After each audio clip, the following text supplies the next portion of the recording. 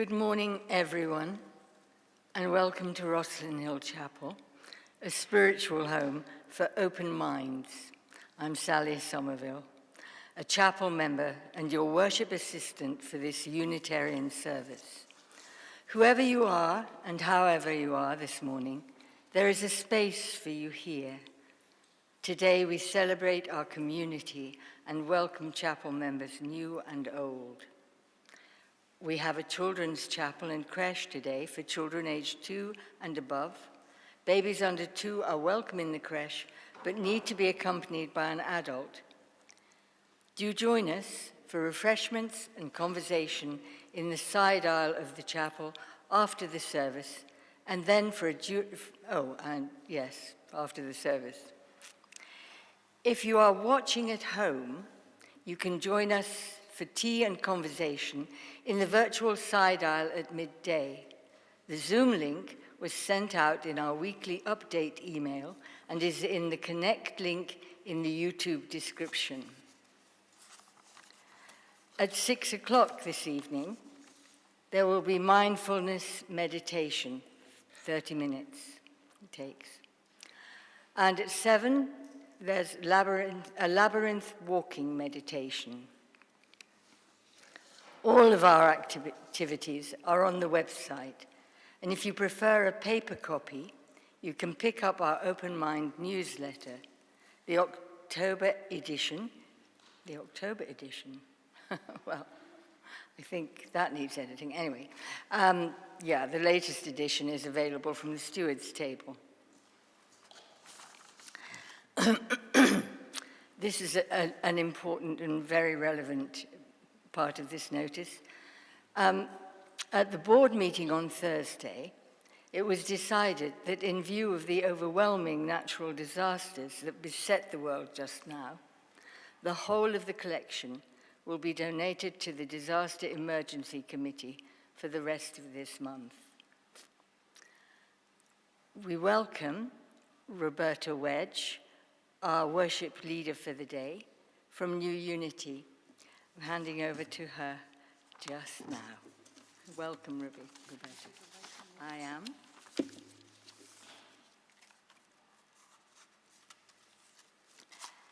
The chalice, a symbol of Unitarian faith, is lit. Let us be conscious of others who are lighting their chalices too. This flame links us in spirit with those around the country and around the world, and likewise, it links us back in time to those who have gone before and forward to those who will follow us. We welcome them into our thoughts as we have been welcomed by others in our journey through life. Thank you so much. I feel very welcomed here by Sally, by Alison, and the rest of you.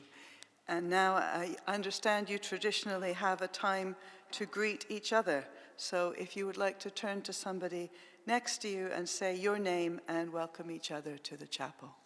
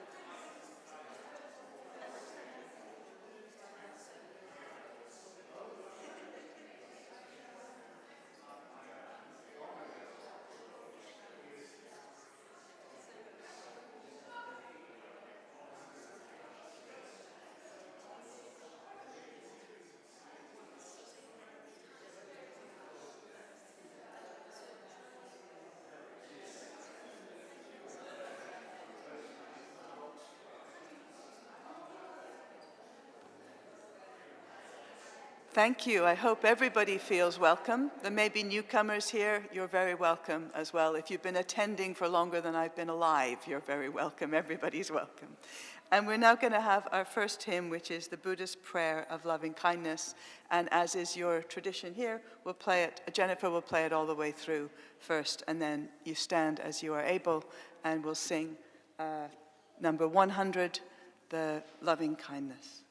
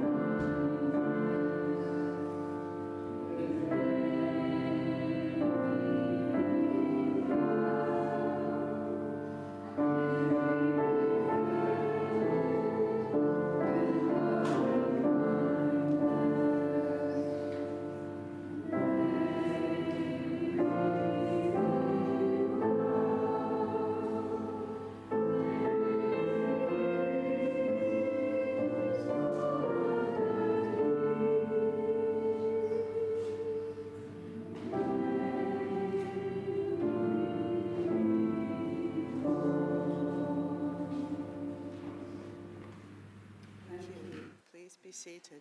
Thank you. Please be seated. What do you all think of this candle? I think it's getting a little bit over-enthusiastic. Shall I trim the wick? Yeah? I don't usually extinguish a candle during a service, but I just see the flames coming up here. It looks like the lectern's on fire.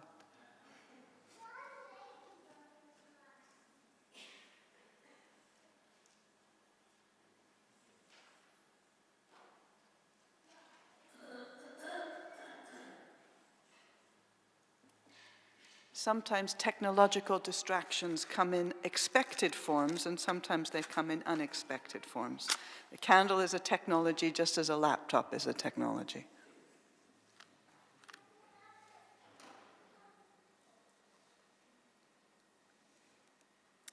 There, I feel a bit safer now. So now is a time for all ages, time for the children. I don't have a long story, but I understand you come up. Is that your tradition? Any children who wish to come up? And we can have a very brief moment before you go out with people much more experienced than me.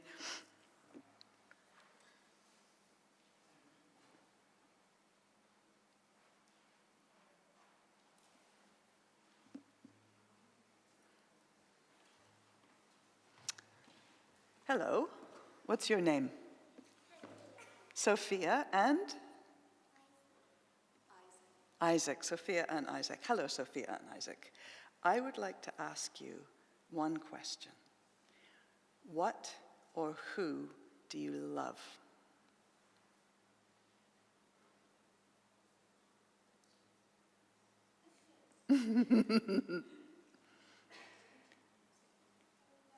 You don't know. Isaac loves Sophia, and Sophie loves Isaac. Well, that's a good start. It's a pretty good start. Not knowing, which is curiosity and honesty, that's a good start. Brother and sister loving each other, sibling love, that's an excellent start. And I think with that, I'm going to let you go and explore your theme for today. The briefer the better, from my point. So now we sing, Go Now in Peace.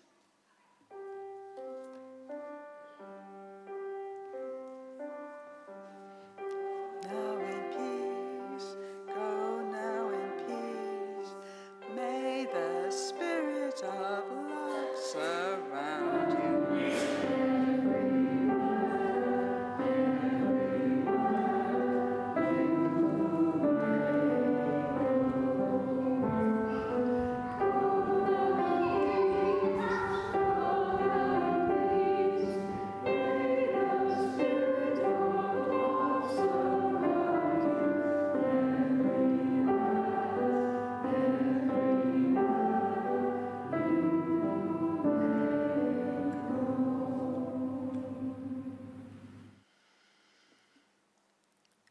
I invite you into a time of prayer and meditation.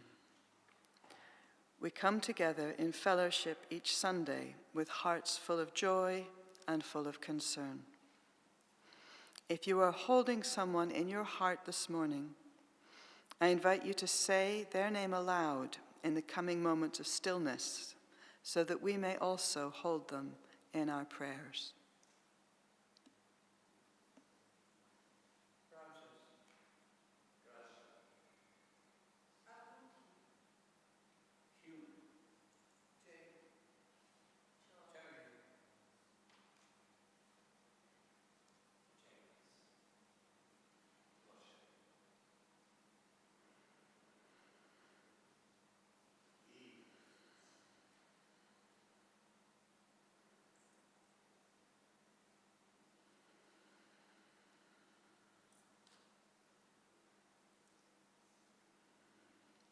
Spirit of life and love, God of our hearts, we give thanks for those who bring us joy and pray for the safekeeping of those whom we hold in concern.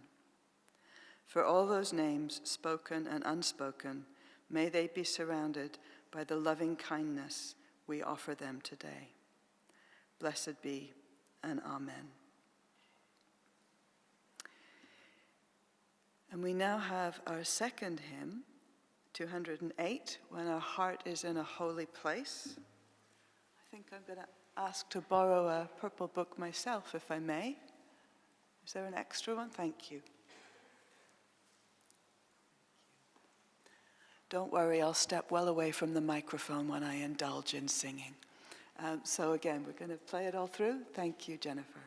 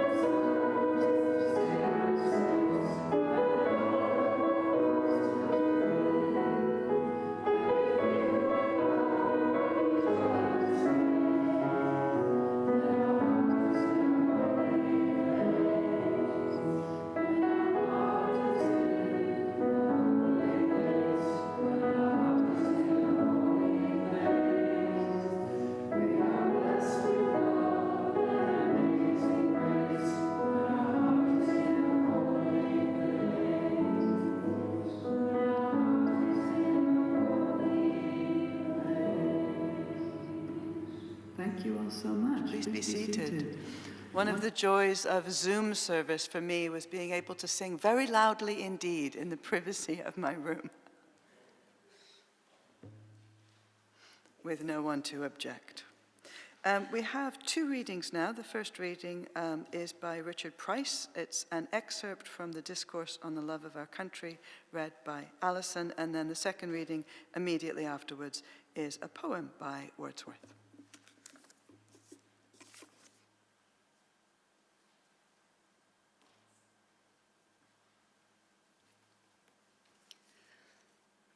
So this is an excerpt from A Discourse on the Love of Our Country by Richard Price.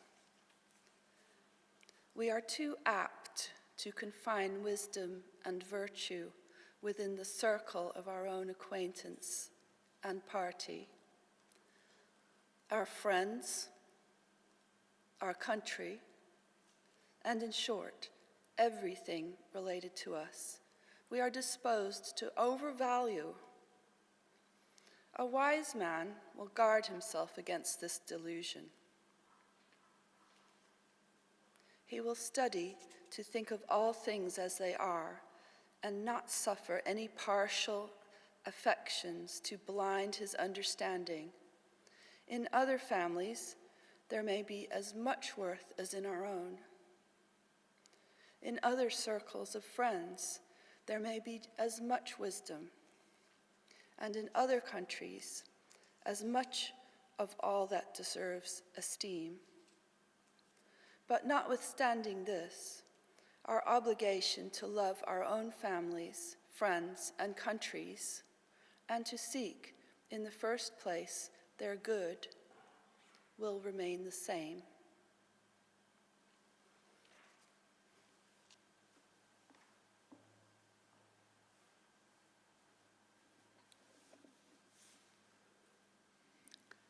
To My Sister by William Wordsworth.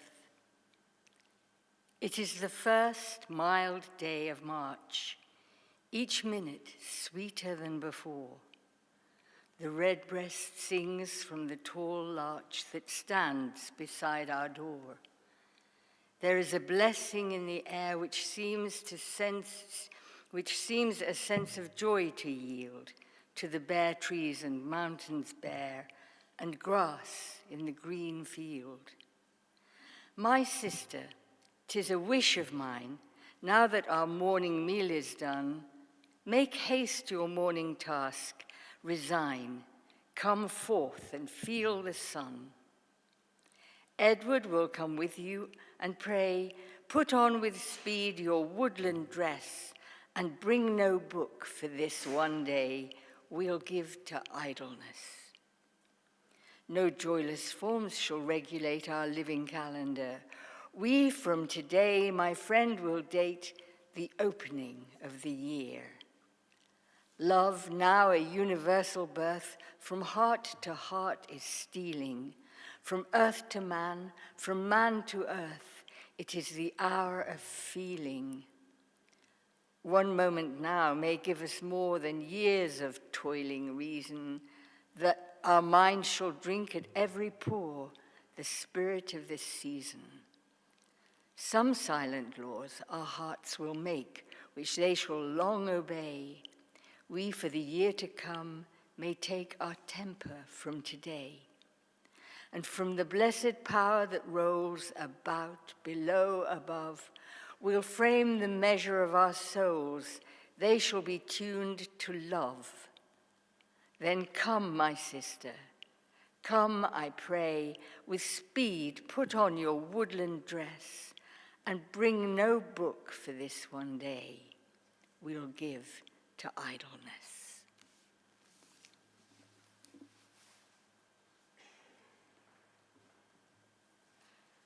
Thank you for that beautiful reading.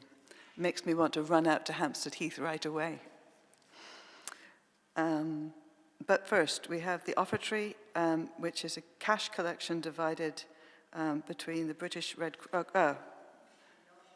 No, it's now going all to the DEC for the appeal for the Syria-Turkey earthquake.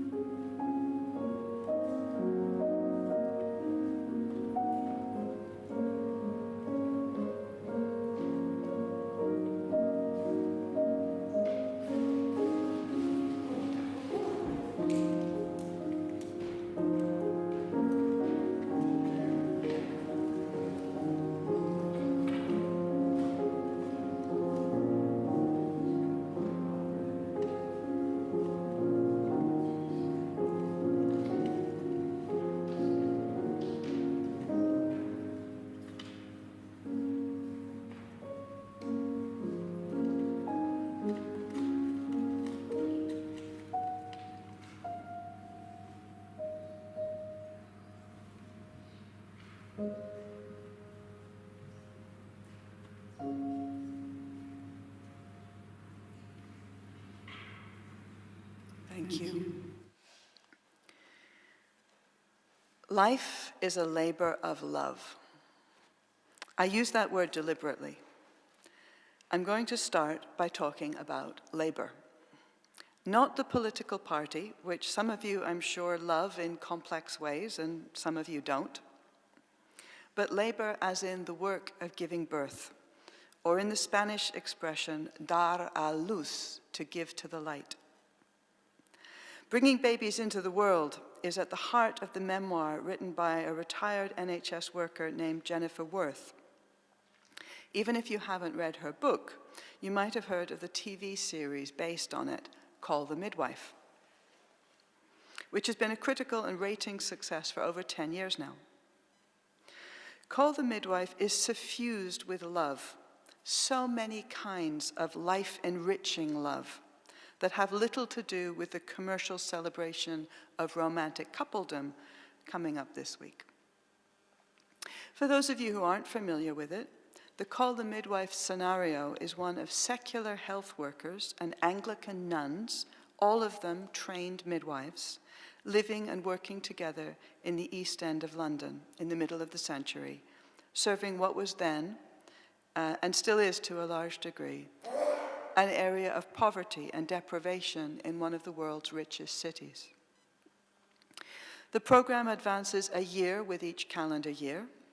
It began set in 1957, and now we're up to the end of the 1960s.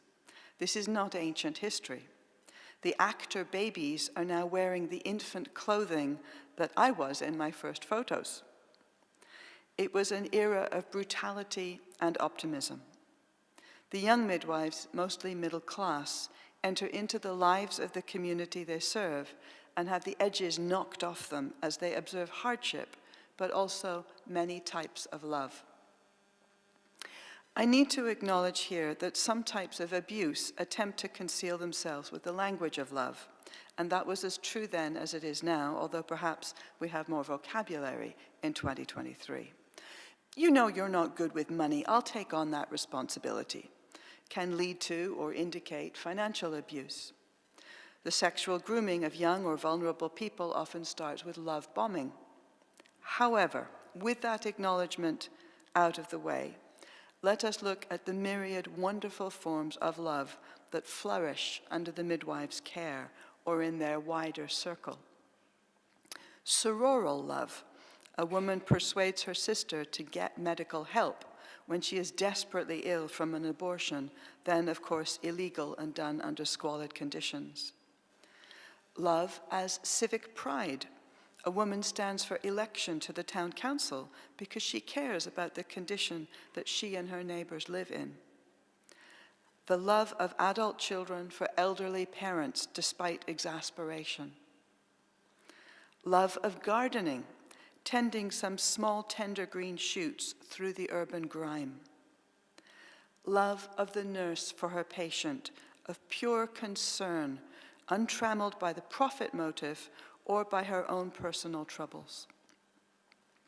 As Jennifer Worth wrote, the nun's devotion showed me that there were no versions of love, there was only love, that it had no equal, and that it was worth searching for, even if that search took a lifetime.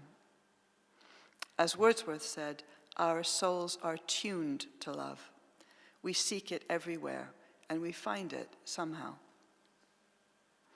After spending all night at a delivery at a woman's home, or a long shift in the maternity hospital, the midwives, secular and religious, return to their sanctuary, the rambling Nonatus house, where a meal is always waiting, and freshly baked cake can usually be found in the tin, and fresh flowers in their little chapel, as beautiful as the fresh flowers behind me, while the nuns sing the divine offices several times a day. They work from a place of love, physical and emotional place of love. Love for their work, love for their patients, love for each other. The nuns have their love for God. Some of the secular midwives have a curiosity, as our young insight gave us, I don't know. And that's a good place to start. Some of the secular midwives have a faith of their own. Jennifer Worth again, I would not have described myself as a committed atheist for whom all spirituality was nonsense, but as an agnostic in whom large areas of doubt and uncertainty resided.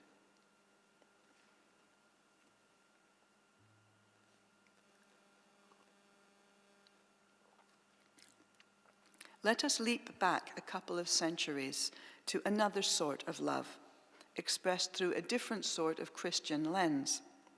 This is the political philosopher Richard Price, who was a dissenting minister of my home church, Newington Green, at the time of the American and French Revolutions. As an aside, he was also a mathematician, and actuaries refer to the Bayes, not to the Bayes theorem, but the Bayes-Price theorem, which we all heard more about a few years ago when COVID rolled into town and mortality statistics became a subject of general interest. Arguably most significantly, Richard Price was a friend and mentor to the young Mary Wollstonecraft. What we now know as human rights got an early formulation in the writings first of Price and then of Wollstonecraft. To paraphrase the excerpt we heard, rationally we know that there are good people everywhere, but nonetheless we have an obligation to love our own families, friends, and country and work to their benefit before we turn our attention to others. An obligation to love, I thought? If we think of love only as an emotion, I struggle with it as an obligation. But if love is an action, or a muscle, or a choice, it makes more sense. Many of us will be considering how best to respond to the terrible earthquake in Turkey and Syria. Your financial contribution just now was one expression of that concern. Countries that are used to earthquakes have response mechanisms in place, ready to go, but these can get overwhelmed with the magnitude of disasters such as the one last week. There is a Turkish citizen by the name of Haluk Levent who has been called a kind of one-man Red Cross. Actually, the organization operates as the Red Crescent in Islamic countries, but that's a culturally flexible translation.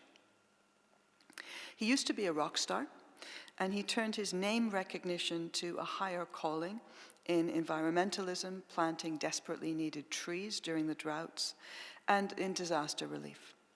He set up an NGO called the Foundation of Anatolian People and Peace Platform, which, from what I can tell, seems to be widely trusted for its effectiveness, something that can't always be said of the government of Turkey. And its motto is love in action, I believe is the translation. Which brings us back to Richard Price. A phrase much used in the 18th century in religious and political language was universal benevolence. Richard Price ties this directly to Christian virtues as illustrated by the parable of the Samaritan. A man lies ill and helpless on the roadside. Many pass him by. One person stops and offers assistance. But you need to understand the backstory. In Price's words, if you want any proof of this, think of our Savior's parable of the Good Samaritan. The Jews and Samaritans were two rival nations that entertained a hatred of one another, the most inveterate. The design of this parable was to show to a Jew that even a Samaritan, and consequently all men of all nations and religions, were included in the precept, thou shalt love thy neighbor as thyself. Modern human rights are an extension of this. The same impetus can be found in all the great faiths. A Buddhist expression of this is the prayer that we just sung to loving kindness, to wishing for others what one wishes for oneself, and paradoxically, vice versa, wishing for oneself what we wish for our friends. Because sometimes we are kinder to our friends than we are to ourselves. Self-love, self-acceptance, and indeed a healthy pride, for example, if you learn something new, We would praise a friend for doing so. Why not praise ourselves? We can do so silently or under our breath. We don't have to boast about it, but we should love ourselves as well. And a reminder to do this does not go amiss.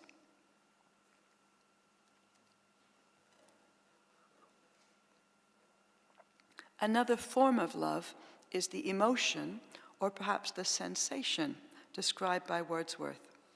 I intend to drink it in, or to generate it like photosynthesis on the heath a little later today.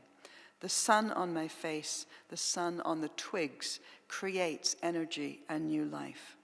In spring, plants grow towards the light. So too do we. Love, now a universal birth from heart to heart, is stealing. From earth to man, from man to earth, it is the hour of feeling. And I would say that that feeling is another manifestation of love. So we've gone from labor and delivery and birth to universal benevolence to universal birth. Love is all around us. Let me finish with Jennifer Worth once more. Now and then in life, love catches you unawares, illuminating the dark corners of your mind and filling them with radiance. Once in a while, you are faced with a beauty and a joy that takes your soul all unprepared by assault.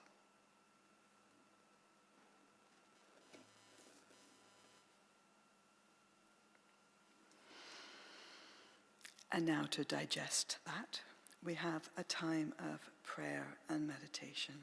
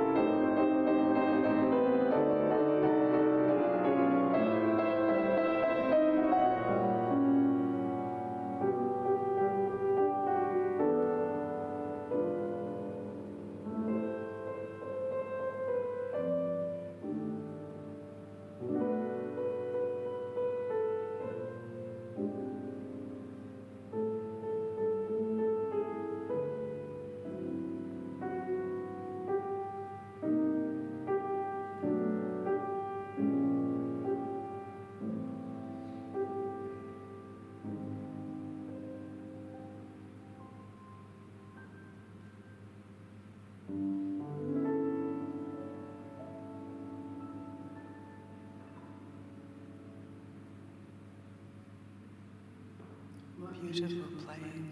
How very fortunate you are here. You now have time to light a candle for joy and concerns with a bit more music, I think. I might have got all the bits muddled up, but I'll light the candles if, I'll assist you in lighting candles. If you want to come up and light a candle while we have a bit more music. If you need help, I'll help you. Mainly I'll help you by providing the matches, I think. Here we go.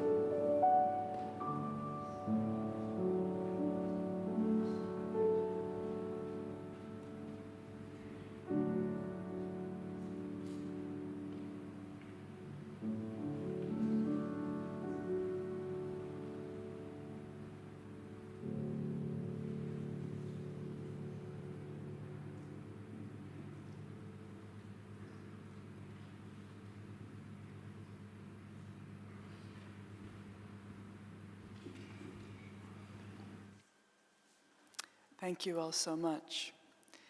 And now we have one final hymn. This is the Golden City, and the words are on the inside your order of service. So again, we'll play it. Jennifer will play it through once, and then I invite you to rise as you're able and sing along.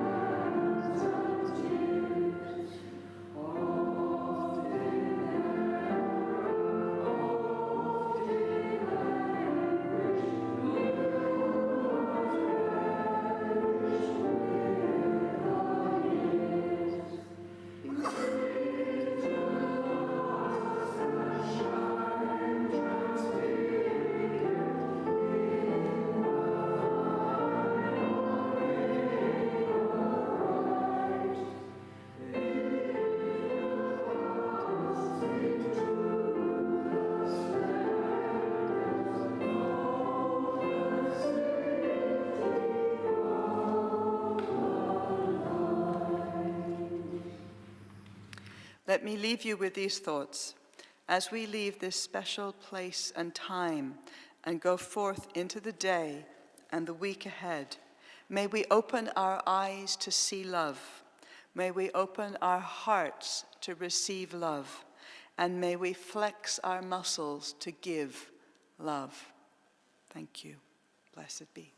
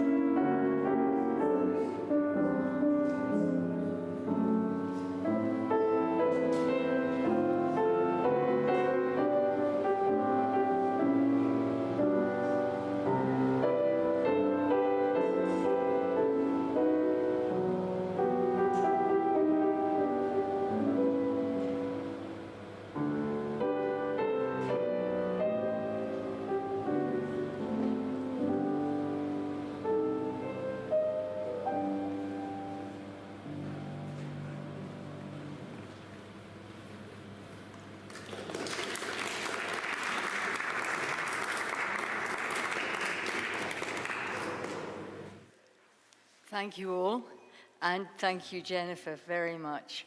Jennifer Carter, ladies and gentlemen.